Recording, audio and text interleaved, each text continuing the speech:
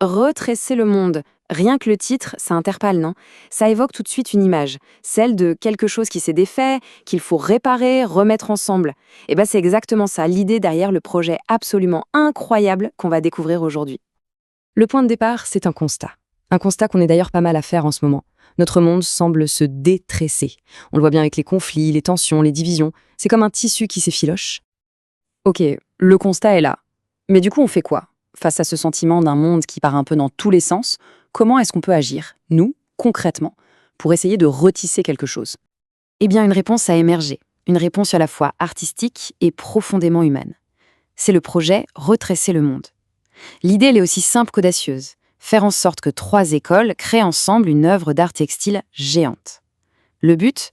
Tisser des liens, au sens propre comme au figuré. Et au cœur de tout ça, il y a la tresse. C'est là que ça devient génial. Il ne faut pas voir la tresse comme un simple objet, hein. C'est un symbole hyper puissant de lien, de connexion, de solidarité. C'est l'idée qu'à partir d'un geste tout simple, répété par plein de monde, on peut créer quelque chose d'immense, de solide et d'uni. Mais alors, qui sont les artisans qui se cachent derrière cette idée un peu folle? Il s'agit de 3 établissements jésuites de Marseille, Provence, Loyola et Saint-Mauron. Mais ce ne sont pas n'importe quels établissements. Et c'est ça le point crucial.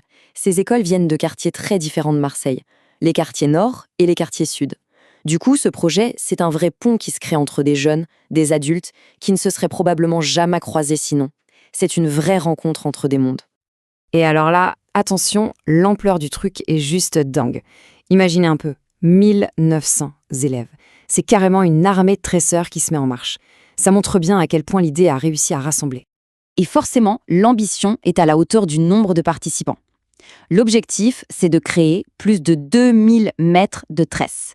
Oui, vous avez bien entendu, 2 kilomètres de liens, faits patiemment à la main. C'est juste monumental. Alors concrètement, comment ça va se passer? Eh bien, tout est déjà calé sur l'année scolaire. Ça démarre en septembre 2025 avec la présentation. Ensuite, tout l'automne, les élèves vont fabriquer leurs tresses. En décembre, on passe aux choses sérieuses avec les maquettes, avant le grand chantier de fabrication de l'œuvre finale en début d'année 2026. Et le bouquet final, ce sera l'expo en avril. Un vrai marathon créatif. Une question se pose quand même. Pourquoi le textile? Pourquoi avoir choisi ce matériau-là spécifiquement pour porter un message aussi fort? En fait, il y a plusieurs raisons super intéressantes à ça. D'abord, c'est un peu un retour aux sources, un hommage au travail fait main, au plaisir de toucher la matière, surtout à une époque où tout est numérique. C'est aussi un geste pour la planète, parce que tout est fait à partir de récup. Et en plus, c'est une démarche artistique qui est complètement dans l'air du temps. D'accord, mais pourquoi la faire aussi gigantesque? L'idée, c'est de marquer les esprits, de surprendre, d'occuper la ville pour que le message soit clair. Regardez ce qu'on peut faire d'incroyable quand on s'y met tous ensemble. C'est prendre un geste que tout le monde connaît, tresser, et lui donner le statut d'une œuvre d'art, visible par tous. Et ce qui est génial, c'est que ça ne s'arrête pas là. La tresse devient un fil conducteur qui relie toutes les matières à l'école, de la littérature au ciné, en passant par les maths avec la théorie des nœuds, et ça va même jusqu'en biologie, parce que quand on y pense, notre ADN, c'est quoi? C'est une sorte de double tresse en fait. Bon, un projet d'une telle ampleur, avec presque 2000 participants, une œuvre de 2 kilomètres, on s'imagine tout de suite qu'il faut un budget énorme. Alors la question qui tue, ça coûte combien? Et là, la réponse est juste hallucinante. 0. Le budget de ce projet colossal est de 0 €. Et c'est peut-être là que se trouve le message le plus puissant de toute cette initiative. Comment un truc pareil est possible? Eh bien grâce à l'ingéniosité et à la force du collectif tout simplement. Les matériaux, c'est de la récup. La main-d'œuvre, des centaines de bénévoles, élèves et profs. La com, elle est gratuite, numérique. Et pour couronner le tout, l'artiste à l'origine de tout ça, Karine Stiepaniak, donne son temps et son talent.